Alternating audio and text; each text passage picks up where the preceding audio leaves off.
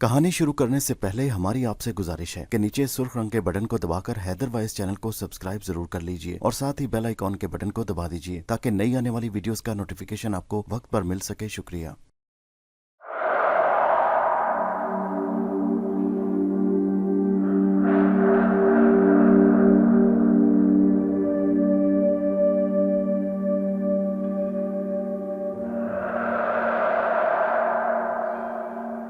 पेशे खिदमत है कहानी अंबर नागमारिया की 37वीं किस्त समंदरी कज़ाक का पहला हिस्सा। अंबर घोड़े पर सवार अकेला जंगल में सफ़र कर रहा था। साधु बाबा ने उसे यही खबर दी थी कि शकुंतला उससे मिलकर आगे अपने शहर की तरफ चली गई है। उसके पीछे पीछे शकुंतला चली आ रही है। उसके साथ राजा हनुमान के सिपाही हैं जो उसकी हिफाजत कर रहे हैं। ये काफिला पुराने हिंदुस्तान के घने और ख़तरनाक जंगल से गुजर रहा है। अंबर सफ़र करते करते शाम के वक्त एक गाँव में पहुँचा जिसके कच्चे मकानों के बाहर कुछ आदमी बैठे हुए हैं, धान कूट रहे हैं। अंबर ने करीब जाकर उनसे पूछा कि को हिमालय पहाड़ को रास्ता किधर से जाता है। एक आदमी ने अंबर की तरफ गौर से देखा और कहा, मियाँ हिमालय पहाड़ तो यहाँ से बहुत दूर है। रास्ते में कई खतरनाक दरिया हैं, खतरनाक पहाड़ हैं, दरिंदों से भरे हुए जंगल हैं। तुम अकेले रास्ता कैसे तय करोगे? अंबर ने कहा, भाई तुम ये बता दो कि मैं ठीक रास्ते पर जा रहा हूँ, बाकी सफ़र मैं खुद तय कर लूँगा। अगर रास्ते में खतरनाक पहाड़ हैं और जंगल दरिंदों से भरे हुए हैं तो क्या हुआ, मुझे तो ये सफ़र तय ही करना है। उस आदमी ने अंबर को बता दिया कि वो ठीक सिमत में जा रहा है। अंबर ने उससे गांव में रात बसर करने की इजाज़त मांगी। उस आदमी ने अंबर को अपने मकान में ठहरने की इजाज़त दे दी। अंबर ने उसके मकान के सहन में बिस्तर बिछा दिया। रात को खाना खाने के बाद देहाती ने अंबर से पूछा कि वो कहाँ से आ रहा है। अंबर ने कहा कि वो राजा हनुमान के शहर से आ रहा है और रियासत बम्बीसार में जड़ी बूटियों की तिजारत के लिए जा रहा है। वो आदमी बोला, क्या तुम जड़ी बूटियों का जादू जानते हो? अंबर ने कहा, जड़ी बूटियों का जादू तो मैं नहीं जानता। हाँ, मैं जड़ी बूटियों से बीमारों का थोड़ा बहुत इलाज कर लिया करता हूँ, मगर ये बताओ कि जड़ी बूटियों का जादू क्या होता है? देहाती बोला, हिमालयों के जंगल के ऊपर ऐसी जड़ी बूटियाँ पाई जाती हैं जो अगर लोहे की किसी शय से छू जाएं तो वो सोने की हो जाती हैं। अंबर मुस्कुराया, भाई जिस मुल्क से मैं आ रहा हूँ वहाँ वैसे भी सोना बहुत पाया जाता है। मुझे सोने की ख्वाहिश नहीं, मैं तो एक सीधा साधा सौदागर हूँ। जड़ी बूटियाँ इकट्ठी करके दूसरे मुल्क में जाकर फरोख्त कर देता हूँ। देहाती ने हंसकर कहा, ठीक है, लेकिन तुम्हारी बातों से साफ मालूम होता है कि तुम सौदागर नहीं बल्कि जादूगर हो। तुम्हारी आंखों में एक अजीब किस्म की कशिश है। अंबर परेशान हो गया, ये देहाती किस किस्म की बातें कर रहा है। उसने जमाई लेकर कहा, भाई मुझे नींद आ रही है, कल बात करेंगे। अंबर बिस्तर पर लेटकर सोचने लगा कि ये देहाती लोग किस कदर ज़हीन और होशियार होते हैं। उसने एक ही नज़र में अंदाज़ा लगा लिया था कि अंबर जादू जानता है। अगरचे वो जादूगर नहीं था, फिर भी उस पर जादू ज़रूर किया गया था और उस तरह का उससे जादू से बड़ा ताल्लुक था। बहरहाल इन देहाती लोगों से अंबर को किसी किस्म का कोई खतरा नहीं था। वो बड़े इत्मीनान से रात भर सोया रहा। दिन चढ़ा तो वो चलने के लिए तैयार हो गया। देहाती ने उसे गर्मजोशी से रुखसत किया। अंबर घोड़े पर सवार हुआ, उसने सलाम किया और सफ़र पर रवाना हो गया। दोपहर तक वो बहुत आगे निकल गया। जंगल अब ज़्यादा घना नहीं रहा था, दरख्तों के झुंड बिखर गए थे। इलाका पहाड़ी था, ज़मीन हमवार नहीं थी बल्कि जगह जगह से पथरीली और उभरी हुई थी। ऐसी ज़मीन को सतह मुर्तफा भी कहते हैं। दोपहर के बाद रास्ते में एक दरिया आ गया। ये दरिया काफी चौड़ा था। अंबर रुक गया और घोड़े पर से उतरकर दरिया के किनारे बैठ गया। उसने घोड़े को चरने के लिए खुला छोड़ दिया, खुद खाना खाकर पानी पिया और सोचने लगा कि दरिया को किस तरीके से पार किया जाए। वहाँ कोई पुल भी नहीं था। अंबर घोड़े पर सवार होकर दरिया के साथ साथ शुमाल की तरफ चलने लगा। उसका ख्याल था कि शायद कहीं से कोई कश्ती मिल जाए, क्योंकि उस जमाने में इतने बड़े दरिया पर पुल नहीं हुआ करते थे। चलते चलते वो एक दरिया किनारे मल्लाहों की छोटी सी बस्ती में आ गया। यहाँ उसे कुछ मछेरे और उनकी कश्तियाँ दिखाई दी। अंबर ने एक बूढ़े मछेरे के पास जाकर कहा कि वो मुसाफिर है और दरिया पार करना चाहता है। बूढ़ा मछेरा जाल मरम्मत कर रहा था। उसने सर उठाकर अंबर को देखा और कहा, दरिया तो पार करा दूंगा मगर सोने की 4 अशरफियाँ लूँगा। उस जमाने में सोने की 4 अशरफियों की बहुत बड़ी कीमत थी। अंबर के पास सोने की बहुत अशरफियाँ थी। उसने मछेरे को झट जेब में से 2 अशरफियाँ निकाल कर दी। वो मछेरा बहुत लालची था, उसकी नीयत में बदी आ गई। उसने सोचा कि ये तो एक परदेसी मुसाफिर है, क्यों ना इसकी सारी अशरफियाँ छीन ली जाएं। मछेरे ने अंबर के पास अशरफियों से भरा हुआ थैला देख लिया था। उसने कहा, बेटा तुम मुझे अच्छे नौजवान लगते हो, मैं तुम्हारे साथ नाइंसाफ़ी नहीं कर सकता। बात असल में यह है कि इस वक्त दरिया पार करना खतरे से खाली नहीं, तो फिर मैं किस तरह दरिया पार कर सकता हूँ? मछेरे ने कहा, बेटा दरिया पार करने का बेहतरीन वक्त सुबह है, ख़ास तौर पर जब इंसान के साथ घोड़ा भी हो और दरिया चढ़ाव पर हो। मेरी राय में तुम रात मेरी झोंपड़ी में बसर करो, सुबह सुबह मैं तुम्हें दरिया पार करा दूंगा, क्योंकि उस वक्त दरिया का पानी उतरा हुआ होता है। अंबर ने सोचा कि बूढ़ा मछेरा ठीक ही कह रहा है, फिर उसे कोई परेशानी भी नहीं होगी, सिवाय इसके कि वो जल्द से जल्द शकुंतला के शहर पहुंचना चाहता था। शकुंतला की तरफ से उसे इत्मीनान था कि वो अपनी मंजिल पर पहुंच चुकी होगी। उसने मछेरे की झोंपड़ी में रात बसर करने की हामी भर ली। मछेरे ने सबसे अलग दरिया के किनारे की एक झोंपड़ी में घास का बिस्तर बिछा दिया और अंबर के सामने भुनी हुई मछली और चावल लाकर रख दिए। लो बेटा, इसे खाओ, हम गरीब माहीगीरी इससे ज्यादा तुम्हारी कोई खिदमत नहीं कर सकते। अंबर ने कहा, बाबा मैं तुम्हारा बड़ा शुक्रगुजार हूँ जो तुम एक गरीब मुसाफिर के साथ इतनी हमदर्दी से पेश आ रहे हो। मैं तुम्हारे इस नेक सलूक को हमेशा याद रखूंगा। मछेरा बोला, इसकी क्या ज़रूरत है बेटा, हम लोग तो मुसाफिरों की बड़ी खिदमत करते हैं और उनसे प्यार के साथ पेश आते हैं। अब तुम खाना खाकर आराम करो, मैं सुबह तुम्हारे पास आऊँगा और तुम्हें दरिया पार करा दूंगा। अच्छा बाबा। अंबर खाना खाकर लेट गया। उसका घोड़ा झोंपड़े के बाहर बंधा हुआ था। अंबर दिन भर के सफ़र का थका हुआ था, वो सो गया। मछेरा वहाँ से भागकर बस्ती के पिछवाड़े छोटी छोटी पहाड़ियों में आ गया। यहाँ चट्टानों के बीच में एक झोंपड़ा बना हुआ था। मछेरा झोंपड़ी में दाखिल हुआ। वहाँ एक हट्टा कट्टा मछेरा कमर के साथ खंजर लगाए बैठा मछलियों को नमक लगा रहा था। वो बूढ़े मछेरे को देखकर बोला, दादा क्या कोई अच्छी सी खबर लाए हो? मछेरा खुशी से बोला, ऐसी अच्छी खबर लाया हूँ कि सुनोगे तो खुशी से कलाबाजियाँ लगानी शुरू कर दोगे। जवान मछेरे ने काम रोक दिया और बोला, क्या सच कह रहे हो दादा? बूढ़ा मछेरा बोला, तो और क्या, झूठ बोल रहा हूँ? मियाँ तुम्हारे और मेरे दोनों के तो दिन फिर गए हैं। एक बड़ी मोटी असामी फंस गई है। फंस क्या गई है ये समझ लो कि भगवान ने भेज दी है। उसके पास सोने के अशरफियों से भरा हुआ थैला है।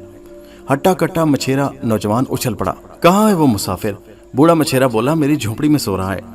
जवान मछेरे ने कहा, मैं अभी जाकर उसे कत्ल कर देता हूँ। तुमने किसी और को तो नहीं बताया? दादा कहने लगा, अरे पागल हो गया है क्या? भला ये बातें किसी गैर को बताने वाली होती हैं? बस्ती वालों से तो मैंने यही कहा है कि गरीब मुसाफिर उसकी झोंपड़ी में मेहमान बनकर उतरा है और वो तो मुसीबत की मेहमान नवाजी में फंस गया। क्या मचाल है कि बस्ती में किसी को कानो कान खबर भी हो कि इस सौदागर का झोला सोने शरफियों से भरा हुआ है। जवान मछेरे की आंखों में सोने की चमक आ गई। शाबाश दादा, तुम सचमुच बड़े काया हो, बड़े तजर्बाकार हो, बड़े मकार हो। मैं आज ही रात उस बदनसीब सौदागर का गला घोंटकर उसकी लाश दरिया में बहा दूंगा और फिर सोने के अशरफियों पर कब्जा कर लूंगा। दादा बोला, लेकिन याद रहे आधा माल मेरा होगा। जवान मछेरे ने कहा, क्यों नहीं, आधा माल तुम्हें ज़रूर मिलेगा दादा। बूढ़ा मछेरा खुश होकर कहने लगा, ठीक है बेटे, तुम्हें मेरी तरफ से इजाज़त है। तुम आज रात मुसाफिर का काम तमाम कर सकते हो, मगर खबरदार उसकी आवाज़ तक न निकलने पाए। जवान मछेरा हंसकर बोला, पागल हो गए हो दादा, भला मैं कोई पहली बार किसी इंसान को कत्ल कर रहा हूँ? जाल की मजबूत रस्सी उसके गले में ऐसी डालकर दबाऊंगा कि एक पल में उसका काम तमाम हो जाएगा। बूढ़ा मछेरा बोला, अच्छा अब मैं जा रहा हूँ। बस्ती में किसी ने मुझे तुम्हारी झोंपड़ी से निकलते देख लिया तो उसे ख्वामखा शक पड़ जाएगा। तुम आधी रात को अपना काम करो, अशरफियों का थैला चट्टानों के नीचे छुपा देना और सुनो, मुसाफिर की लाश बहुत आगे जाकर दरिया में फेंकना। ऐसा ही होगा दादा। बूढ़ा मकार मछेरा दबे दबे कदम उठाता अपनी झोंपड़ी में आकर चिराग बुझाकर सो गया। अंबर भी गहरी नींद सोया हुआ था। दूसरी तरफ जवान मछेरा जाल की रस्सी जेब में डालकर अंबर का गला दबाने के लिए झोंपड़ी से बाहर निकल आया, बल्कि यूं कहना चाहिए कि उसकी मौत उसे झोंपड़ी से निकालकर बाहर ले आई। उस जालिम मछेरे ने कई आदमियों और औरतों को कत्ल किया था। उसे क्या खबर थी कि वह अब खुद मरने के लिए अंबर के पास जा रहा है। वो चट्टानों में छुपता छुपाता दबे दबे कदम चलता झुके झुके दरिया किनारे की रेत पर रात के अंधेरे में अंबर की झोंपड़ी की तरफ बढ़ रहा था। अंबर की झोंपड़ी में अंधेरा था, सिर्फ एक रोशनदान से सितारों की हल्की हल्की रोशनी अंदर आ रही थी, जिसमें वो घास पर लेटा साफ नजर आ रहा था। उसका अशरफियों से भरा हुआ थैला उसके सिरहाने के नीचे रखा हुआ था। उसे गरीब मछेरों की बस्ती से किसी किस्म का कोई खतरा नहीं था, इसलिए वो बड़ी बेफिक्री से सो रहा था। उसे क्या खबर थी कि लालच का मारा एक मछेरा इंसान उसे मारने के लिए उसकी तरफ बढ़ रहा है। मछेरा अंबर की झोंपड़ी के बाहर आकर रुक गया। बाहर घोड़ा बंधा हुआ था। मछेरे ने सोचा कि अगर वो झोंपड़ी के दरवाजे में से अंदर दाखिल हुआ तो घोड़ा एक अजनबी को देखकर जरूर हुनहुनाएगा और सौदागर जाग पड़ेगा। चुनाचे उसने झोंपड़ी के पीछे से अंदर जाने का फैसला किया। झोंपड़ी के पीछे भी एक ऐसी जगह थी जहां से अंदर दाखिल हुआ जा सकता था। यहाँ से सरकंडे बड़ी आसानी से हटाए जा सकते हैं। मछेरे ने सरकंडे से हटाकर अंदर झांक कर देखा, सौदागर बड़ा सुकून के साथ सो रहा था। मछेरा चुपके से झोंपड़ी के अंदर आ गया। वो जमीन पर रेंगता हुआ अंबर के सिराने की जानिब आ गया। वो सिराने की तरफ से रस्सी अंबर के गले में डालकर एकदम मुड़ा। वो सिरहाने की तरफ से रस्सी अंबर के गले में डालकर एकदम मरोड़ा देकर उसका गला घोंट देना चाहता था। अपनी तरफ से वो हर काम बड़ी अक्लमंदी से कर रहा था, लेकिन कुदरत उसकी मक्कारी पर हंस रही थी। मछेरे ने झुककर अंबर को देखा। अंबर होले होले खराटे ले रहा था। मछेरा अपनी कामयाबी पर फूले नहीं समा रहा था।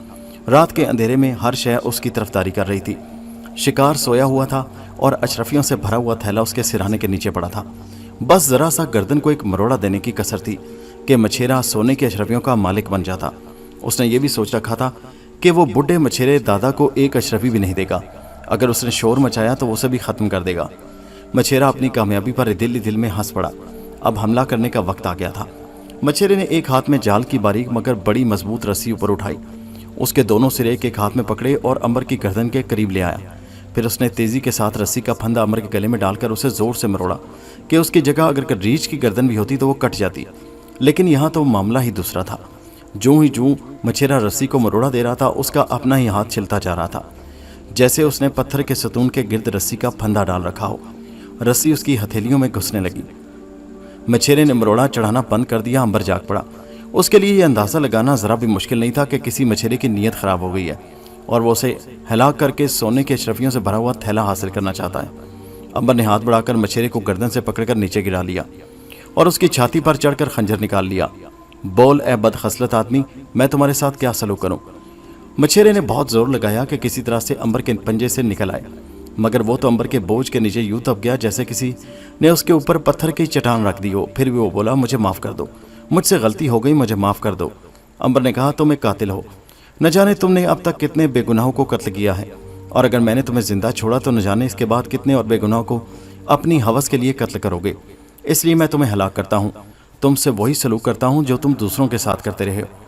اور یہ کہہ کر امبر نے خنجر سے ڈاکو اور قاتل مچھیرے کا کام تمام کر دیا۔ اس کام سے فارغ ہو کر اس نے جھونپڑی کے باہر آ کر شور مچا دیا کہ ایک ڈاکو اسے لوٹ کر قتل کرنے آیا تھا اور خود ہی مارا گیا۔ بوڑھے مچھیرے نے جب لاش دیکھی تو وہ سمجھ گیا کہ سوداگر ایک بہادر نوجوان ہے اور اس کے آگے دم مارنا ایک مشکل بات ہے۔ دوسرے ماہی گیر نے امبر کا ساتھ دیا کیونکہ قتل ہونے والا مچھیرا ایک قاتل اور بدماش آدمی تھا اور سارے بستی والے اس کے ہاتھوں تنگ آئے ہوئے تھے۔ انہوں نے امبر کی بہادری کی تعریف کی اور مچھیرے کی لاش اٹھا کر دریا میں پھینک دی۔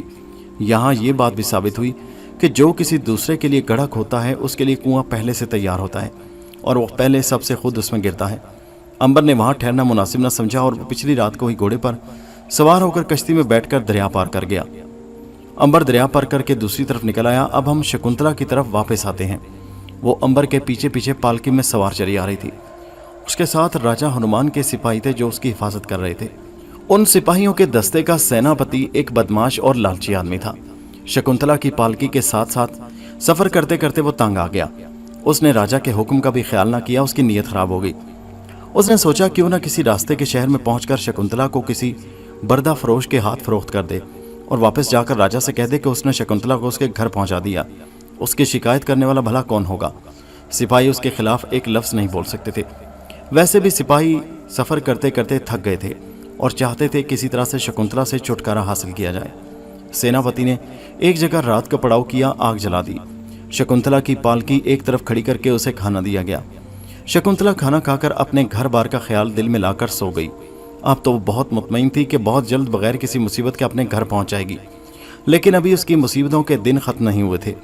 ادھر شکنتلا اپنی پالکی میں سکون کے ساتھ سو رہی تھی اور ادھر آگ کے گرد سپاہی بیٹھے جاگ رہے تھے۔ سیناپتی انہیں بتا رہا تھا کہ اس نے شکنتلا کو ایک ڈاکو یعنی بردہ فروش کے ہاتھ فروخت کرنے کا فیصلہ کر لیا ہے۔ سپاہی پہلے تو سیناپتی کے اس فیصلے پر چونک پڑے، پھر بڑے خوش ہوئے کہ بہت جلد اپنے واپس شہر چلے جائیں گے۔ ایک سپاہی نے کہا، سیناپتی جی، ہم بھی بیکار سفر کر کر کے تھک گئے ہیں، آخر ہمیں کیا ضرورت پڑی ہے کہ خواہ مخواہ ایک عورت کے لیے اتنی دور کا سفر کریں؟ ہمیں بھی اپنے بال بچے بہت یاد آ رہے ہیں۔ سیناپتی بولا، میں نے آپ لوگوں کا ہی خیال کیا ہے، ہمارا راجہ تو بالکل مٹی کا ماتو ہے، بھلا ہمیں کیا مصیبت بڑی ہے کہ اتنی دور دیس راجہ کی بیوی کو اٹھائی لیے پھریں؟ کیا ہمیں اس کا الگ پیسہ ملے گا؟ ہرگز نہیں۔ اسی لیے میں نے فیصلہ کیا ہے کہ اس عورت کو ہم راستے میں ایک جگہ بیچ کر واپس چلے جائیں گے اور راجہ سے کہہ دیں گے کہ ہم نے اسے اس کے گھر پہنچا دیا۔ راجہ کہاں وہاں لوگوں سے پوچھتا پھرے گا۔ مہاراج، آپ نے بڑا اچھا فیصلہ کیا، آپ نے تو ہمارے دل کی بات کہہ دی۔ ہم بھی یہی چاہتے ہیں کہ اس بلا سے جتنی جلدی ہو سکے نجات حاصل کی جائے۔ ایک سپاہی نے کہا، مگر مہاراج، اس مصیبت کو آپ کہاں اور کس کے ہاتھ فروخت کریں گے؟ سیناپتی بولا، یہ علاقہ میرا سارا دیکھا والا ہے، یہاں سے تھوڑی دور چوگان نامی ایک گاؤں ہے گا، اس گاؤں میں ایک بڑا مشہور بردہ فروش راجو رہتا ہے، وہ میرا واقف ہے، میں اس عورت کو راجو کے پاس فروخت کروں گا اور ہم یہاں سے واپس چلے جائیں گے۔ دوسرا سپاہی بولا، لیکن سیناپتی جی، راجہ یہ نہ پوچھے گا کہ ہم اتنی جلدی واپس کیسے گئے؟ سیناپتی نے کہا، ہم راجہ سے کہیں گے کہ شکنتلا کے خاوند کے راستے میں ہی ملاقات ہو گئی، وہ جنگل میں شکار کے لیے آیا تھا کہ اس نے شکنتلا کو دیکھ لیا اور وہیں سے واپس گھر لے گیا۔ اس فیصلے کی شکنتلا کو بالکل خبر نہ تھی، وہ بیچاری قسمت کی ماری اپنی پالکی میں پڑی سو رہی تھی اور بے خبر تھی اور خواب میں اپنے پیارے بچے کو پیار کر رہی تھی۔ सिपाही भी सो गए। सेनापति कुछ देर आग के पास बैठा रहा। राजू पर्दा फरोश के बारे में सोचता रहा कि उसे गांव में मिल जाए तो अच्छा है। अगर वो गांव से बाहर गया हुआ तो मुश्किल पेश आएगी, मगर उसे यकीन था कि राजू गांव में ही होगा। उसके बाद सेनापति भी सो गया। सुबह उठते ही सेनापति ने शकुंतला को नाश्ता करवाया और उसके पास जाकर कहने लगा, राजकुमारी जी, अगर किसी चीज़ की ज़रूरत हो तो हुक्म करें, मैं आपकी खिदमत के लिए हाजिर हूँ। शकुंतला सेनापति से बहुत खुशी कि बेचारा रास्ते में उसका किस कदर ख्याल रख रहा है।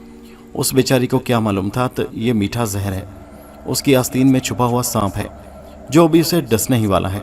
उसने कहा, सेनापति जी, हम तुम्हारी खिदमत गुजारी से बहुत खुश हैं। हम अपने महल में जाकर राजा कुंवर से तुम्हारी बहुत तारीफ करेंगे।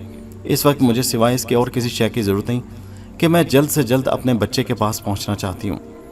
सेनापति ने मुस्कुराकर कहा, फिक्र की कोई बात नहीं राजकुमारी जी, हम आपके शहर की तरफ ही सफ़र कर रहे हैं। हम बहुत जल्द आपके शहर पहुंच जाएंगे। शकुंतला ने पूछा, अभी कितने दिनों का और सफ़र बाकी है? सेनापति बोला, बस 2-1 दिन में पहुंचने ही वाले हैं राजकुमारी जी। शकुंतला खामोश हो गई। उसे ये 2 दिन पहाड़ मालूम हो रहे थे। चाहती थी कि उसके पर निकल आए और उड़कर अपने घर पहुंच जाए। वो अपने खाविंद के पांव छुए और अपने बच्चे को सीने से लगाकर खूब प्यार करे। उसे इन पिछले साल भर से ज़्यादा असरा हो गया था। खुदा जाने वो लोग उसके बगैर कितने परेशान नहीं होंगे। सेनापति के हुक्म से सिपाहियों ने पालकी उठाई और चल पड़े। अब वो उस दरिया पर पहुंच गए जहां अंबर पर कातलाना हमला हुआ था। सिपाहियों ने दरिया किनारे जाकर पालकी रोक दी। सेनापति ने मछेरों को बुलाकर कहा, जल्दी से कश्तियां जोड़कर एक बेड़ा बनाओ, शाही सवारी को दरिया पार करवाना है। मछेरे राजा के सिपाहियों और सेनापति को देखकर पहले ही डर गए थे। हाथ जोड़कर बोले, सरकार, अभी दरिया पार करवाए देते हैं। सब माहीगीरों ने मिलकर देखते ही देखते 6-7 कश्तियों को जोड़कर एक बेड़ा सा बना दिया।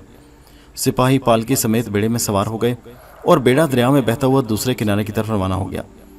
पालकी के पास बैठे हुए एक सिपाही ने एक मछेरे से पूछा, क्यों भाई, यहाँ तो कभी कभी कोई मुसाफिर आता होगा?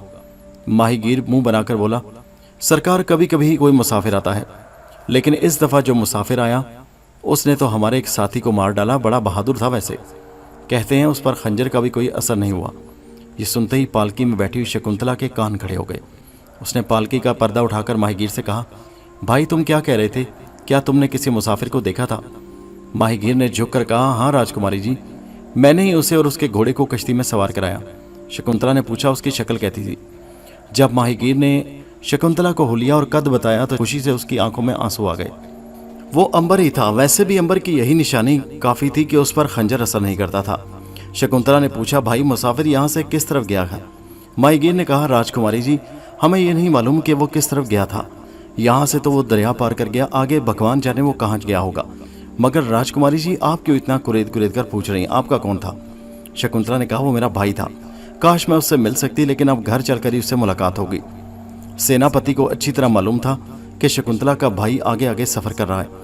वो इसलिए फिक्रमंद था कि शकुंतला के भाई से मुलाकात हो जाने का कोई खतरा नहीं, वरना ये भाई सेनापति की साजिश की राह में बहुत बड़ी रुकावट बन सकती थी।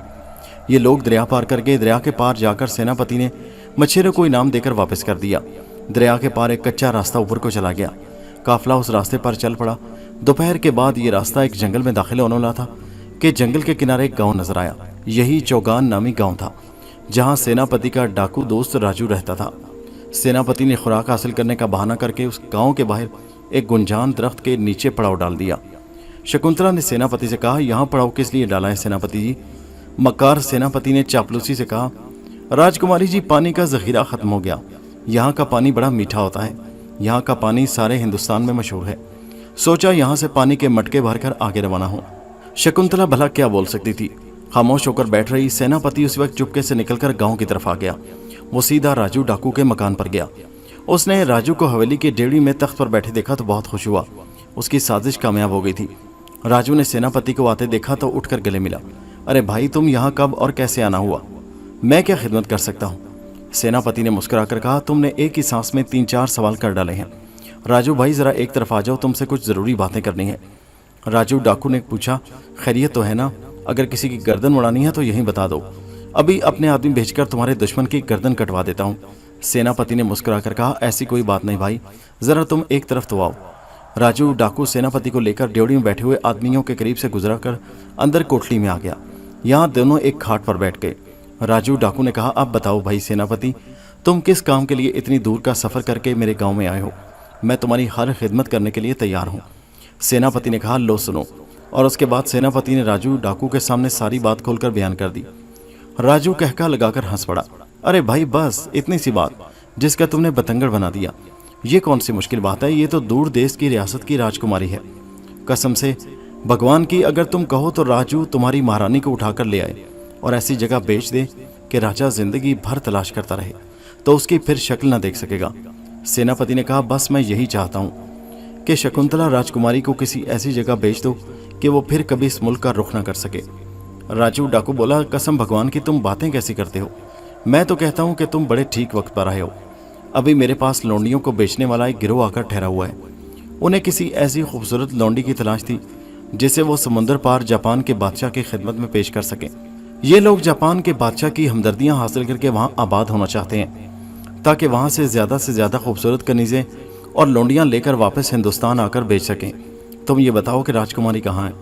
सेनापति ने कहा, यहाँ से करीब ही गाँव के बाहर दरख्त तले पालकी में बैठी है। मेरे सिपाही भी उसके पास ही मौजूद हैं। राजू ने कहा, तुम अपने सिपाहियों को लेकर वहाँ से खिसक जाओ, बाकी मैं जानूँ और मेरा काम। मैं उसके बाद राजकुमारी पर कब्जा कर लूँगा। सेनापति बोला, ठीक है। राजू ने एक थैली अशरफियों की भरी सेनापति को देते हुए कहा, ये रहा तुम्हारा इनाम।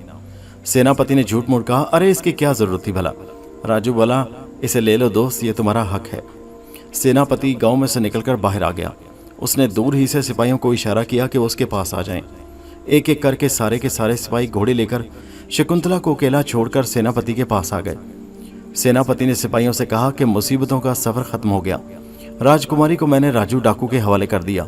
अब वापस चलो और ख़बरदार, राजा के सामने जिस किसी ने ज़ुबान खोली मैं उसके बच्चों को कोलू में पिलवा दूंगा।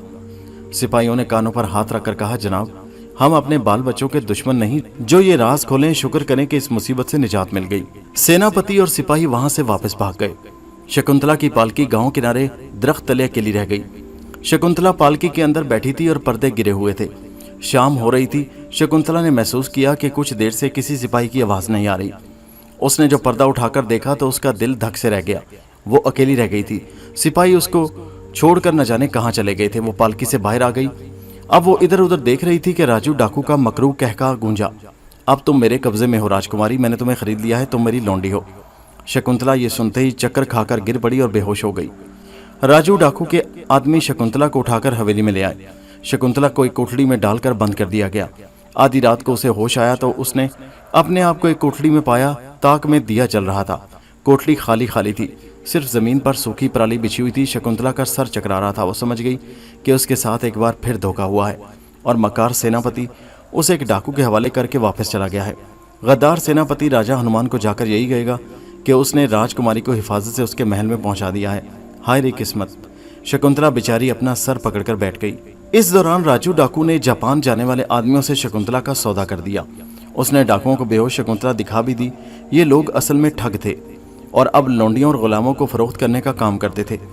ठगों के सरदार शिवाजी ने राजू ठग से शकुंतला को सोने के अशरफियों की 2 थैलियों के एवज खरीद लिया। राजू, मैं मुंह अंधेरे इस राजकुमारी को यहाँ से ले जाऊंगा, तुम हमारे लिए एक फालतू घोड़े का इंतजाम कर दो। राजू ने कहा, फिक्र न करो, ये बंदोबस्त हो जाएगा। शकुंतला बेचारी सारी रात कोठरी में पड़ी जागती रही और अपनी किस्मत पर आंसू बहाती रही। किस्मत का चक्कर उसे मंजिल के करीब लाकर बेघर कर रहा था। वो अपने घर पहुंचने वाली थी कि उसे एक बार फिर अगवा करके फरोख्त कर दिया गया। अभी रात पूरी तरह से नहीं ढली थी। अंधेरा ही अंधेरा था कि शिवाजी ठग अपने लाल लाल आंखों वाले ठगों के साथ कोठरी में दाखिल हुआ। शकुंतला उन ठगों की शक्लें देखकर डर गई। शिवाजी ने कहा, राजकुमारी, तुझे अपनी किस्मत पर जिस कदर रोना है एक ही बार रो ले, क्योंकि इसके बाद हम तुम्हें रोने की इजाज़त नहीं देंगे। हमने तुम्हें बेशुमार दौलत देकर खरीद लिया और अब अपने साथ ले जा रहे हैं। इस सारे इलाके पर हम ठगों की हुकूमत है। यहाँ तुम्हारा रोना बेकार है, तुम्हारी फरियाद कोई नहीं सुनेगा, इसलिए चुपके से हमारे साथ चल पड़ो। शकुंतला बेबस और मजबूर हो चुकी थी। मुसीबतें सहते सहते अब उसमें इतनी ताकत ही नहीं रही थी कि किसी का मुकाबला कर सके। वो सिवाय रोने के और कुछ नहीं कर सकती थी। बस बेचारी रोती हुई अपनी जगह से उठी और ठगों को साथ लेकर कोठरी से बाहर आ गई। बाहर घोड़े तैयार खड़े थे। शिवाजी ने शकुंतला को अपने साथ घोड़े पर बिठाया और ठगों का ये काफिला आगे की जानिब बढ़ गया। जिस मकाम पर राजू डाकू का गांव था, वहां से समंदर 1 दिन और 1 रात के फासले पर था। ये हिंदुस्तान का जनूब मशरकी किनारा था, जहां आजकल मशरकी घाट की बंदरगाहें हैं। ठगों का काफिला सारा दिन जंगलों में सफ़र करता रहा। दोपहर को उन्होंने एक जगह पड़ाव डाला, खुद भी खाना खाया और राजकुमारी शकुंतला को भी दिया। शकुंतला ने इनकार किया तो शिवाजी खंजर लेकर सामने आ गया। राजकुमारी, तुम्हारी जिंदगी और मौत इस वक्त मेरे हाथ में है। अगर तुमने जिद की तो मैं ये खंजर तुम्हारे सीने में घोंप दूंगा। तुम्हारी बेहतरी इसी में है कि जैसा हम कहते हैं वैसा करो। बेचारी शकुंतला बेबस होकर चुप हो गई। उसने खाना जहर मार किया और चुपके चुपके आंसू बहाने लगी। काफिला खाने के बाद फिर सफर पर रवाना हो गया। शाम को यह काफिला जंगल से निकलकर एक वादी में आ गया जहाँ कहीं कहीं चावलों के खेत फैले हुए थे। रात को ठगों ने एक खेत में पड़ाव डाल दिया। यहाँ करीबी गांव से कुछ ठग शिवाजी से मिलने आए। शिवाजी की उन्होंने बड़ी खिदमत की। कोई अपने साथ खीर बनाकर ला रहा था, किसी ने नारियल के दूध का मटका उठा रखा था, किसी ने फलों की टोकरी उठाई थी। ये सारे ठग शिवाजी की टहल सेवा कर रहे थे। उन्होंने खेतों में बिस्तर लगा दिए और ऊपर कपड़े के तंबू तान दिए। रात को कुछ ठग सो गए और कुछ पहरा देते रहे। रात भर बारी बारी पहरेदार बदलते रहे। शकुंतला पहले तो जागती रही और सोचती रही कि यहाँ से कैसे भागे, भाग कर कहाँ जाए। फिर उसे नींद आ गई और वो भी सो गई। सुबह उसकी आंख खुली तो ठगों का काफिला वहां से कूच करने की तैयारी कर रहा था। काफिला चल पड़ा। अब वो मंजिल पर पहुंचने ही वाले थे। शकुंतला ने देखा कि जंगल खत्म हो गए हैं और अब जगह जगह नारियलों के दरख्तों के झुंड शुरू हो गए। जमीन भी रेतली हो गई। इसका मतलब ये था कि समंदर का किनारा करीब आ रहा था। हवा में समंदर की नमी महसूस होने लगी। शिवाजी ने घोड़ों की रफ्तार तेज कर दी। वो समंदर के किनारे जल्द से जल्द पहुंचना चाहते थे। सूरज उनके सरों के ऊपर आया तो समंदर दूर समंदर के गहरे नीले पानी की चादर शीशे की तरह चमकती दिखाई दी। शकुंतला घोड़े पर सवार थी। उसका दिल समंदर को देखकर घबरा गया। अगर वो समंदर के पार किसी मुल्क में चली गई तो फिर शायद कभी वापस वतन ना आ सके। इस ख्याल से शकुंतला का दिमाग चकराने लगा और वो बेहोश होते होते बची। फिर उसने ये सोचकर अपने आप को हौसला दिया, अगर भगवान ने चाहा तो वो एक बार फिर ज़रूर अपने घर आएगी और अपने बच्चे और शौहर से मिलेगी। लेकिन इस वक्त वो अपने वतन से हज़ारों मील दूर जा रही थी। ये लोग हिंदुस्तान के मगरबी घाट की एक गुमनाम सी बंदरगाह पर पहुंच रहे थे, जहां आमतौर पर डाकुओं के जहाज आकर किनारे लगा करते थे। ये बहरी डाकू यहाँ से खुराक वगैरह हासिल करते और आगे निकल जाते। बहरी डाकुओं के जहाज किसी बड़ी और कानूनी बंदरगाह पर लंगर डालकर खड़े नहीं हो सकते थे और ना वो किसी ऐसी बंदरगाह से खाने पीने की चीज़ें हासिल कर सकते थे। इस काम के लिए उन्होंने बाज़ मुल्कों और जजीरों पर गैर कानूनी बंदरगाहें बना रखी थी, जहां स्मगलर और ठग किस्म के लोग उनको अनाज, फल, पानी और गर्म मसाले और कपड़ा वगैरह सप्लाई करते थे। ये बंदरगाह भी इसी किस्म की गैर कानूनी बंदरगाह थी। दूर किनारे से थोड़े फासले पर समंदर में एक बादबानी जहाज लंगर डाले खड़ा था। जहाज के बादबान लिपटे हुए थे। अरशे पर कुछ लोग नीचे कश्तियों में से बोरियां ऊपर उठाकर रख रहे थे। ऐसा लगता था कि जहाज सफ़र पर रवाना होने को तैयारी कर रहा है। ठगों का काफिला समंदर के किनारे पहुंच गया। यहाँ कई दूसरे ठग और स्मगलर भी मौजूद थे। उन सबों ने शिवाजी ठग का बड़ा गर्मजोशी से इस्तकबाल किया।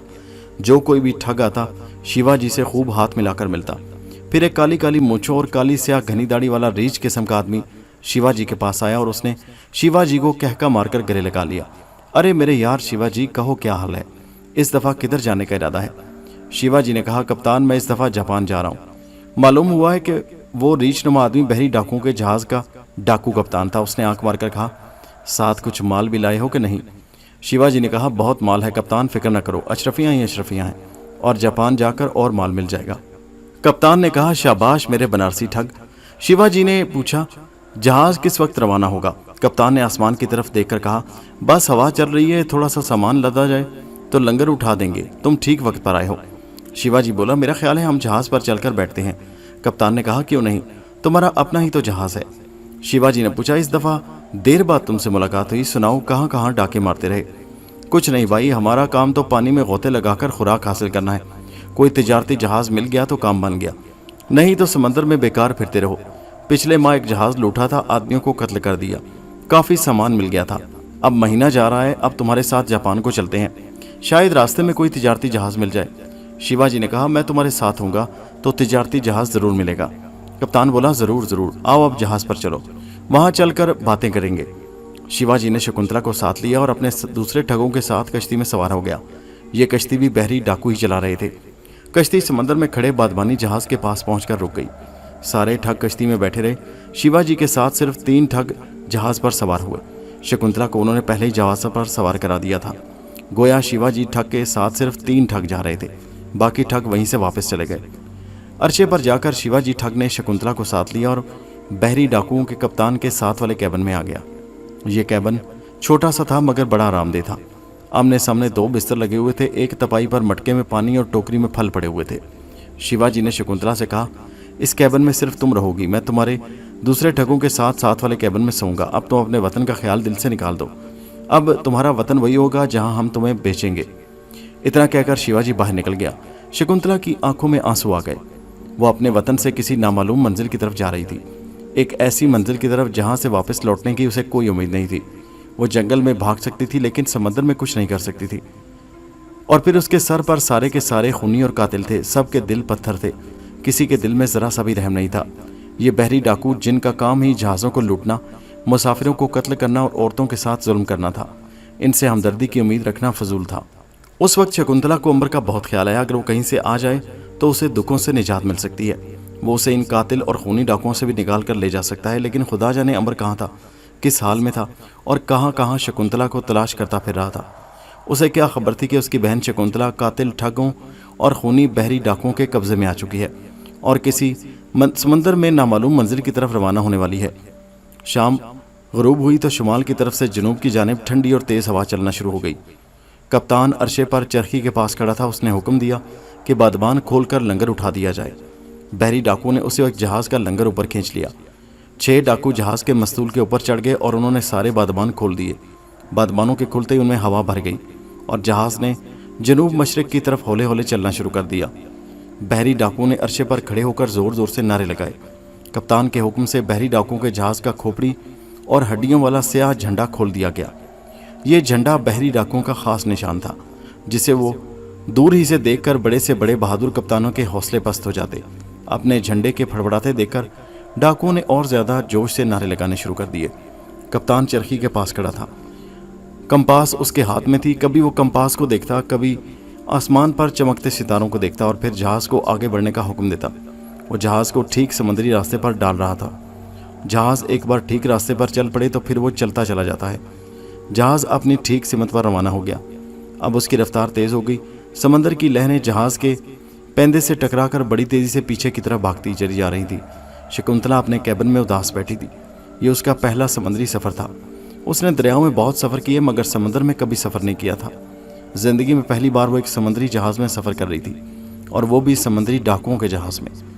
जहाज़ आहिस्ता आहिस्ता समुद्री लहरों के साथ हिल रहा था। शकुंतला को चक्कर से आने लगे। वो बिस्तर पर लेट गई और उसने आंखें बंद कर लीं।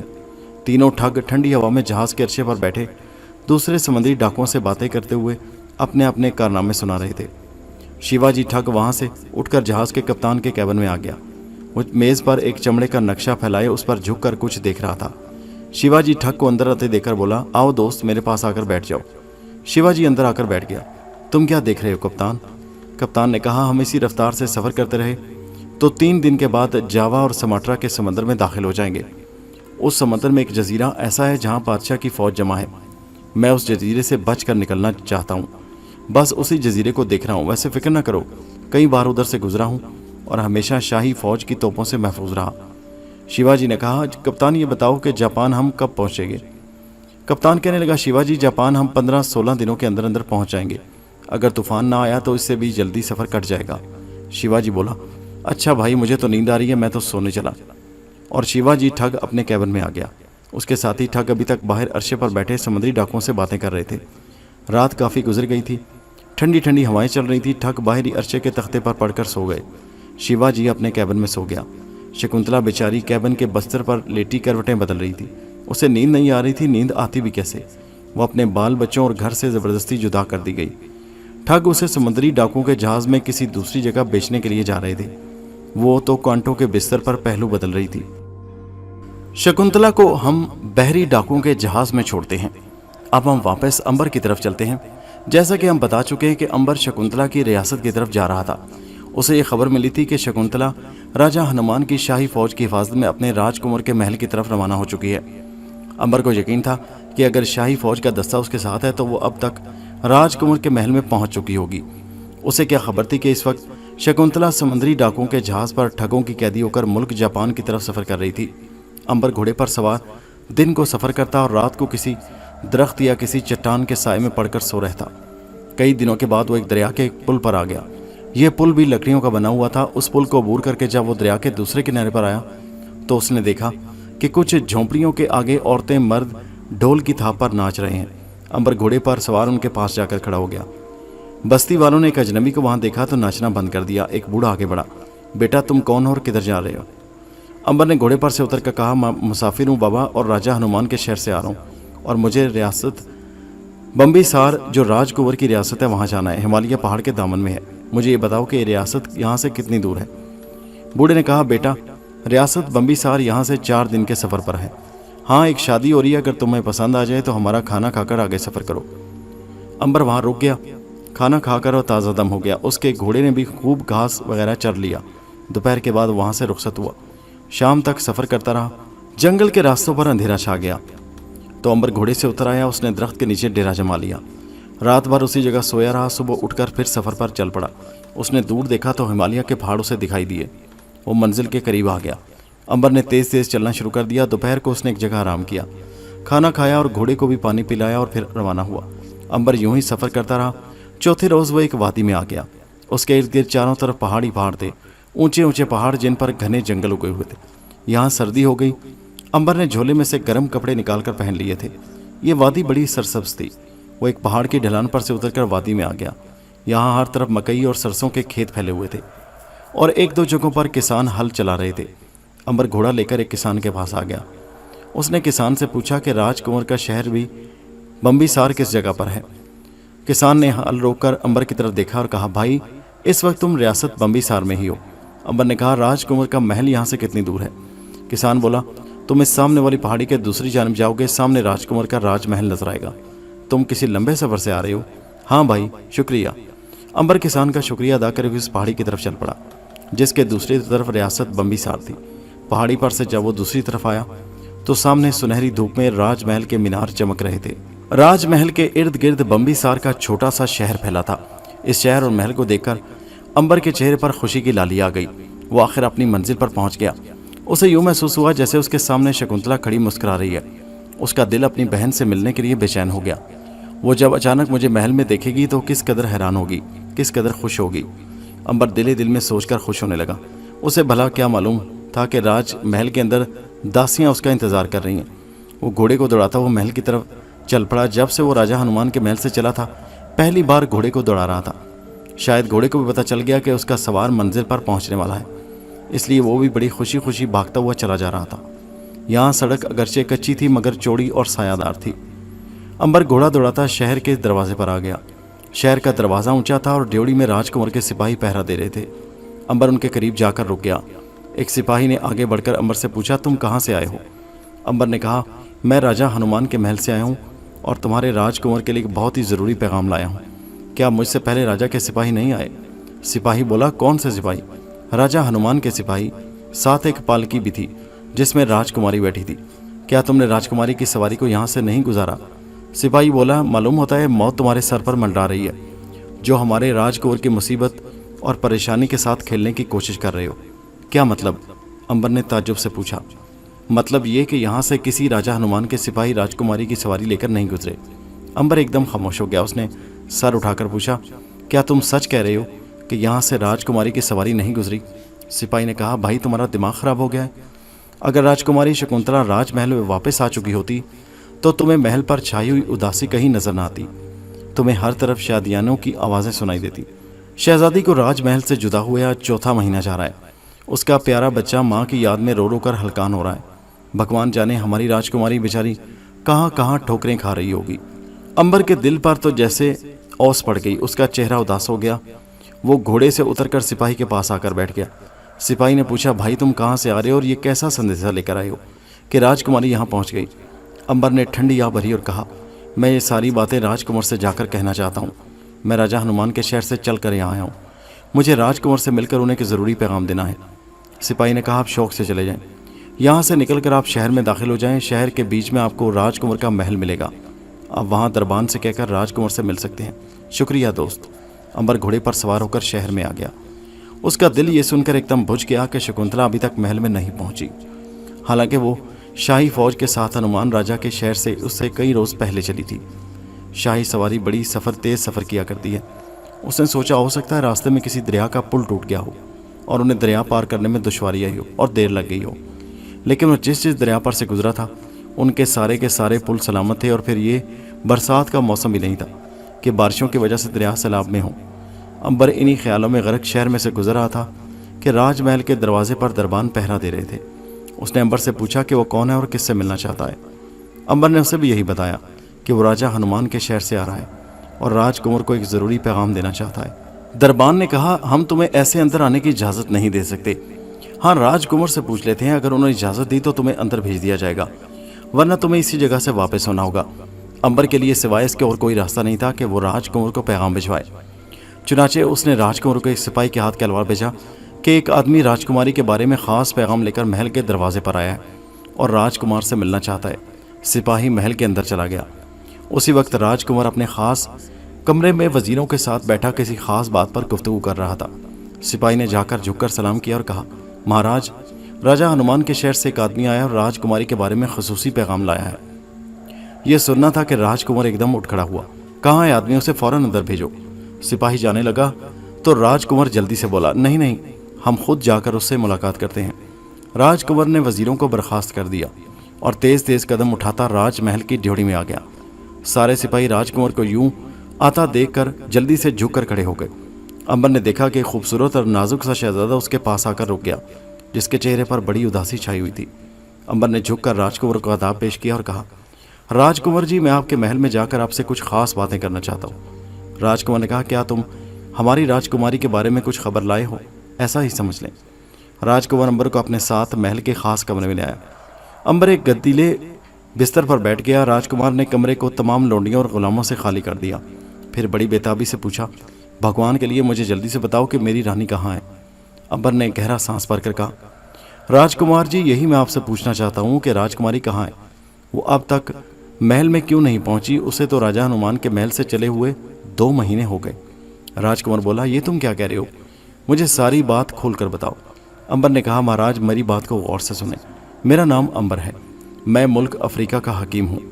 میں ایک سمندری سفر کر رہا تھا کہ ایک بندرگاہ میں ایک لڑکی کو ڈاکوؤں کے پنجے میں دیکھا۔ اس لڑکی کا نام شکنتلا تھا۔ راجہ کنور نے جلدی سے کہا، ہاں، شکنتلا ہماری رانی کا نام ہے۔ پھر کیا ہوا؟ پھر وہ کہاں چلی گئی؟ امبر بولا، مہاراج، اس کے بعد میں نے شکنتلا کو ڈاکوؤں کے پنجے سے رہائی دلائی۔ شکنتلا نے مجھے بتایا کہ وہ آپ کی بیوی ہے اور ڈاکو اسے راج محل سے اغوا کر کے لے گئے تھے۔ وہ آپ کو اور اپنے پیارے بچے کو یاد کر کے رو رہی تھی۔ میں نے اسے تسلی دی اور کہا کہ تم میری بہن ہو اور میں اس وقت تک ملک جاپان کی طرف نہیں جاؤں گا جب تک کہ تمہیں تمہارے راج کنور کے پاس نہیں پہنچا دیتا۔ راج کنور نے پریشانی سے پوچھا، پھر کیا ہوا؟ پھر یہ ہوا کہ اس کے بعد امبر نے راج کنور کو ساری کہانی کھول کر بیان کر دی اور شروع سے بتا دیا کہ کس طرح وہ شکنتلا کو لے کر جنگل سمندر پھرتا رہا، پھر کس طرح وہ ملک ہندوستان کے ساحل پر آیا، کس طرح ویران جزیروں میں بھٹکتا رہا، پھر کیسے شکنتلا کو آدم خوروں سے بچایا اور پھر کس طرح وہ ایک جگہ ہندوستان میں آ کر اس سے جدا ہو گئی۔ اس کے بعد جب میں راجہ ہنومان کے شہر میں داخل ہوا تو وہاں سے مجھے معلوم ہوا کہ شکنتلا کو راجہ نے شاہی سواری کے ساتھ ریاست بمبی سار کی طرف روانہ کر دیا ہے۔ میں خوش ریاست کی طرف چل پڑا۔ اب آپ کے پاس میں آیا تو معلوم ہوا کہ راج کماری کی سواری یہاں تک نہیں پہنچی۔ راج کنور سر پکڑ کر بیٹھ گیا۔ میرے بھائی امبر، میں تمہارا بے حد شکر گزار ہوں کہ تم نے راج کماری شکنتلا کو اپنی بہن سمجھ کر اس کی مدد کی، اسے ڈاکوؤں اور آدم خوروں سے بچایا اور پھر اسے لے کر مارے پھرتے رہے، مگر قسمت میں ابھی میری پریشانی ختم نہیں ہوئی اور راج کماری کا غم لکھا ہے۔ امبر نے کہا، راج کنور جی، یہ بھی تو ہو سکتا ہے کہ راستے میں سواری کو کسی جگہ دیر لگ گئی ہو۔ ہاں، ایسا ہو سکتا ہے، ہمیں کچھ وقت انتظار کرنا چاہیے، شاید راج کماری کی سواری آ جائے۔ کاش میں اور میرا بچہ جو کہ ماں کے غم میں سوکھ گیا ہے راج کماری کی شکل دوبارہ دیکھ کر نہال ہو سکیں۔ امبر راج محل میں ٹھہر گیا۔ اسے ایک امید تھی کہ شاید شکنتلا کی سواری کو راستے میں کسی جگہ کوئی مشکل پیش آ گئی، شاید 2-4 دنوں بعد وہ راج محل میں آ گئے، مگر جانے کہ اس کا دل اسے بار بار کہہ رہا تھا کہ شکنتلا ابھی واپس نہیں آ سکتی۔ 1 ہفتہ گزر گیا۔ امبر راج کنور کے محل میں شکنتلا کی سواری کی راہ دیکھ رہا تھا۔ راج کنور کے دل میں کبھی امید کا چراغ جلتا اور کبھی ٹمٹمانے لگتا، جیسے ابھی بجھ جائے گا۔ 2 ہفتے گزر گئے، شکنتلا راج محل میں داخل نہ ہوئی، اور پھر 1 مہینہ گزر گیا۔ شکنتلا کو نہ آنا تھا اور نہ آئی۔ اب امید کا دیا گل ہو چکا تھا۔ راج کنور کو یقین ہو گیا کہ راج کماری نہیں آئے گی۔ اسے خیال آیا کہیں یہ شخص امبر اس کے ساتھ جھوٹ نہ بولا ہو، مگر اسے پھر خیال آیا کہ اسے جھوٹ بولنے کی کیا ضرورت تھی۔ امبر سمجھ گیا کہ شکنتلا راستے میں کسی مصیبت میں پھنس گئی۔ ہو سکتا ہے شاہی فوج نے سفر اسے تنگ آ کر اسے راستے میں ہی چھوڑ دیا ہو اور وہ بیچاری شکنتلا جنگل میں تر بدر پھر رہی ہو۔ امبر نے سوچا کہ واپس چل کر جنگلوں میں شکنتلا کو تلاش کرنا چاہیے، محل میں بیٹھے رہنے کا کوئی فائدہ نہیں۔ چنانچہ امبر نے راجکمار سے کہا، راجکمار جی، میرا خیال ہے کہ راجکماری کسی مصیبت میں پھنس گئی ہے، میرا یہاں رہنا بیکار ہے، اسے کہیں بہتر ہے کہ میں واپس جا کر جنگلوں میں راجکماری کو تلاش کرنے کی کوشش کرتا ہوں۔ راجکمار نے کہا، امبر بھائی، میں بھی تمہارے ساتھ چلوں گا، تم نے میرے زخموں کو پھر سے ہرا کر دیا۔ میں راجکماری کے غم کو سینے سے لگائے خاموش بیٹھا آنسو بہا رہا تھا کہ تم نے مجھے امید دلا کر پھر سے نا امید کر دیا ہے۔ میں بھی تمہارے ساتھ جنگلوں میں اپنی رانی کو تلاش کروں گا۔ امبر نے کہا، مہاراج، اس میں کوئی شک نہیں کہ آپ کو بڑا صدمہ ہوا ہے، لیکن آپ اپنے محل میں رہ کر اس شکنتلا بہن کا انتظار کریں، کیونکہ ہو سکتا ہے وہ یہاں کسی وقت پہنچ جائے۔ ویسے بھی آپ جنگلوں کی مصیبتیں برداشت نہ کر سکیں گے، اور پھر اگر شکنتلا واپس آ گئی اور اس نے یہاں آپ کو نہ دیکھا تو وہ زیادہ پریشان ہوگی۔ راجکمار نے کہا، بھائی، یہ سوچ کر ٹھہر جاتا ہوں کہ کہیں سچ مچ بھگوان نے میری رانی کو راج محل میں بھیج دیا تو مجھے نہ پا کر اسے بہت صدمہ ہوگا۔ ویسے میرا دل تمہارے ساتھ جنگل سفر کرنے کو کر رہا تھا، لیکن کیا تم کچھ روز کے لیے میرے یہاں اور رک کر انتظار نہیں کر لیتے؟ امبر بولا، یہاں بیٹھ کر ہاتھ پر ہاتھ دھرے رکھنا کچھ اچھی بات نہیں، میں جنگل میں جا کر کیوں نہ اپنی بہن کو تلاش کروں، ہو سکتا ہے اس کی سواری آ رہی ہو، راستے میں اس سے ملاقات ہو جائے۔ راجکمار نے کہا، بھائی، بھگوان کرے ایسا ہی ہو، اگر راجکماری کی سواری تمہیں راستے میں مل گئی تو تمہیں میری قسم ہے کہ اسی وقت بھاگ کر میرے پاس آنا اور مجھے آ کر خوشخبری سنانا کہ راجکماری راج محل کی طرف آ رہی ہے۔ امبر بولا، خدا نے چاہا تو ایسا ہی ہوگا۔ راجکمار نے کہا، تم میرے محل کے سب سے طاقتور اور تیز دوڑانے والے گھوڑے لے جا سکتے ہو، تمہیں کھانے پینے کے لیے جس چیز کی ضرورت ہو تمہارے ساتھ رکھوا دی جائے گی۔ شکریہ۔ تھوڑی سی خوراک اور تیز رفتار گھوڑا لے کر امبر ریاست بمبیسار کے شہر سے نکل کر ایک بار پھر مغربی گھاٹ کے جنگلوں میں نکل کھڑا ہوا۔ یہ وہی راستے تھے جہاں سے ہو کر وہ گزرا تھا۔ وہ صبح کو راج محل سے نکلا اور اسے راستے میں ہی شام ہو گئی۔ وہ اب بہت کم راستے میں آرام کرنا چاہتا تھا۔ وہ انہی راستوں پر چل رہا تھا جہاں سے وہ گزر کر آیا تھا۔ اس کے دل میں ایک ہلکی سی امید کی کرن روشن تھی کہ شاید راستے میں اسے شکنتلا کی سواری مل جائے۔ شام غروب ہو گئی، پھر رات ہو گئی، ہر طرف رات کا اندھیرا پھیل گیا، آسمان پر ستارے نکل آئے۔ امبر بغیر رکے جنگل میں سفر کرتا رہا۔ اندھیرے میں راستہ بہت کم نظر آ رہا تھا، اس کے ارد گرد پہاڑیاں پھیلی ہوئی تھی، سردی بڑھ گئی تھی۔ امبر کا گھوڑا قدم قدم چل رہا تھا۔ آخر کار اندھیرے اور سردی کی وجہ سے اسے رکنا پڑا۔ وہ گھوڑے سے اتر پڑا۔ ایک جگہ اس نے خشک جھاڑیاں جمع کر کے آگ روشن کی اور پاس بیٹھ کر آگ تاپنے لگا۔ آگ کی گرمائش نے اس پر غنودگی تاری کر دی۔ وہ اسی جگہ گرم کمبل اوڑھ کر سو گیا۔ اس کی آنکھ اس وقت کھلی جب سورج نکل آیا اور درختوں کے اوپر دھوپ چمک رہی تھی۔ اس نے تو اٹھ کر ناشتہ کیا، گھوڑا بھی گھاس وغیرہ کھا کر تازہ دم ہو چکا تھا۔ امبر نے بستر لپیٹ کر گھوڑے پر رکھا اور پھر آگے چل پڑا۔ سارا دن سفر کرتا رہا۔ دوپہر کو ایک پہاڑی چشمے پر آ کر اس نے خود کھانا کھایا اور گھوڑے کو پانی پلایا، کچھ دیر آرام کیا اور پھر آگے روانہ ہوا۔ چلتے چلتے پھر رات ہو گئی۔ امبر سفر کرتا رہا۔ جب وہ بہت تھک گیا اور اندھیرا بھی بڑھ گیا تو وہ گھوڑے پر سے اتر پڑا۔ ایک درخت کے نیچے اس نے آگ روشن کی، کھانا کھایا، گھوڑے کو درخت کے ساتھ باندھ کر اس کے آگے گھاس ڈال دیا اور خود سو گیا۔ ساری رات وہ سوتا رہا۔ صبح پھر اٹھا اور پھر اپنے سفر پر روانہ ہوا۔ اسی طرح سفر کرتے کرتے اسے کئی دن اور کئی راتیں گزر گئیں، مگر شکنتلا کی سواری اسے کہیں نہ ملی۔ اس کے دل میں طرح طرح کے وسوسے پیدا ہونے لگے۔ کہیں شکنتلا کو ڈاکو نہ پڑ گئے ہوں، کہیں سپاہی اسے چھوڑ کر نہ بھاگ گئے ہوں، کہیں ایسا نہ ہو کہ خونخوار آدم خور جنگلیوں نے ان سب کو پکڑ کر ہڑپ کر لیا۔ اس قسم کے خیالوں سے امبر پریشان ہو گیا، مگر وہ سفر کرنے کے سوا اور کچھ نہیں کر سکتا تھا۔ اس نے سفر جاری رکھا۔ وہ ایک بہادر نوجوان تھا اور اپنی دھن کا پکا تھا۔ اس نے دل میں فیصلہ کر رکھا تھا کہ چاہے اسے دنیا کے دوسرے کنارے پر جانا پڑے، وہ شکنتلا کو ڈھونڈ کر رہے گا۔ سفر پر سفر کرتے، منزلوں پر منزلیں اور دریا پار کرتے، آخر اس نے ایک دریا کو پار کیا تو اسے سامنے گاؤں کی آبادی نظر آئی۔ یہاں کچے مکان بنے ہوئے تھے۔ گاؤں کے ارد گرد جوار کے چند کھیت بھی تھے۔ شام ہو رہی تھی، کچھ مکانوں سے دھواں اٹھ رہا تھا۔ امبر کو کوئی علم نہیں تھا کہ وہ راستے سے بھٹک گیا اور اس گاؤں کی طرف نکل آیا جہاں راجو ٹھگ کی حویلی ہے۔ وہ گاؤں میں آ گیا اور ایک مکان کے باہر دیہاتی کو دیکھ کر گھوڑے پر سے اترا۔ اس نے دیہاتی سے پوچھا، کیوں بھائی، اس گاؤں کا کیا نام ہے؟ یہ دیہاتی راجو ڈاکو کا آدمی تھا۔ اصل میں یہ سارا گاؤں ڈاکوؤں اور ٹھگوں کا تھا۔ دیہاتی نے اوپر سے نیچے تک بڑے غور سے امبر کو دیکھا اور پوچھا، بھائی تم کون ہو اور کہاں سے آ رہے ہو؟ امبر نے کہا، میں ریاست بمبیسار کے شہر سے آ رہا ہوں اور راجہ ہنومان کے شہر کی طرف جا رہا ہوں۔ تم مجھے یہ بتاؤ کہ کیا میں راستے سے بھٹک تو نہیں گیا؟ کیونکہ جو پہاڑ اور دریا میں نے آتے ہوئے دیکھے وہ مجھے راستے میں کہیں دکھائی نہیں دیے۔ دیہاتی نے کہا، بھائی تم ٹھیک راستے سے بھٹک گئے ہو، خیر کوئی بات نہیں، میں تمہیں گاؤں کی مکھیا کی حویلی میں لیے چلتا ہوں، شاید وہ تمہارا کوئی انتظام کر دے، کیونکہ یہاں سے مہینے میں 2 بار قافلہ راجہ ہنومان کے شہر کو جاتا ہے، لیکن وہاں پیسے لگتے ہیں۔ یہ بتاؤ کہ تمہارے پاس روپے ہیں کیا؟ देहाती असल में ये मालूम करना चाहता था कि उस नौजवान के पास कितनी रकम है। अंबर भोलेपन से बोला, भाई मेरे पास बहुत दौलत है, सोने की अशरफियों की 4 थैलियां हैं जो मैंने सफ़र के लिए अपने साथ रखी हैं। तो मुझे गांव के मुखिया के पास ले चलो ताकि वहां ये पता चल सके कि काफ़िला किस रोज़ यहाँ से रवाना होने वाला है। देहाती ने जब ये सुना कि नौजवान के पास काफ़ी दौलत है तो उसकी तो बाछें खिल गईं। सोने की अशरफियों की 4 थैलियां बहुत बड़ी दौलत थी। इतनी दौलत और राजू डाकू भी 3-4 डाके मारकर पूरे काफिले को हिला करके हासिल किया करता था। देहाती ने सोचा कि वो राजू डाकू से ज़रूर इनाम हासिल करेगा क्योंकि वो एक बहुत दौलतमंद आसामी को साथ लेकर जा रहा था। देहाती अंबर को राजू डाकू की हवेली में ले गया। राजू डाकू अगले रोज़ डाके पर जाने की तैयारियां कर रहा था क्योंकि उसके पास पैसे ख़त्म हो गए थे। उसने ड्योढ़ी में घोड़े की आवाज़ सुनी तो बाहर आ गया। क्या देखता है कि एक दुबला पतला नौजवान देहाती के साथ हवेली की ड्योढ़ी में आ रहा है। अंबर ने भी देखा कि एक लंबी लंबी मूछों और डरावनी शक्लों वाला आदमी उसके सामने आकर खड़ा हो गया। राजू ने देहाती से पूछा, ये कौन है? देहाती ने हाथ से खास इशारा किया जिसका मतलब ये था कि ये बहुत बड़ी असामी है। ज़ुबान से कहा, सरकार आप इस गांव के मुखिया हैं। ये एक गरीब मुसाफिर है, रास्ता भूलकर इस गांव में आ गया। मैं इसे आपकी खिदमत में ले आया हूँ कि अगर राजा हनुमान के शहर को जाने वाला हो काफिला कोई तो इसे भी साथ कर दें। इसके पास किराए के पैसे मौजूद हैं। राजू डाकू को मालूम हुआ कि आसामी बहुत दौलतमंद है तो बहुत खुश हुआ और फ़ौरन बोला, अच्छा तो क्या तुम रास्ता भटक गए हो? अंबर बोला, हाँ जनाब, इधर कोई जा रहा था राजा हनुमान के महल की तरफ के रास्ता भटक गया, अब आपके पास आया हूँ। सुना है यहाँ से कभी कभार एक काफिला तैयार होकर राजा हनुमान के शहर को जाया करता है। अगर आप मुझे उस काफिले में शामिल कर लें तो मैं आपका बड़ा शुक्रगुजार हूँगा। मैं किराया भी अदा कर दूँगा। राजू डाकू मुस्कुराया, बरखुरदार, किराया तुम ना भी अदा करो तो हम तुम्हें राजा हनुमान के शहर में पहुँचा देंगे, इसलिए कि तुम हमारी हवेली में हमारे मेहमान बनकर उतरे हो और हम अपने मेहमानों से किराया वसूल नहीं करते। किराया तो हम मुसाफिरों से वसूल करते हैं और तुम मुसाफिर नहीं हो, हमारे मेहमान हो। अंबर ने कहा, आपका बहुत बहुत शुक्रिया जनाब, लेकिन काफिला कब रवाना होगा?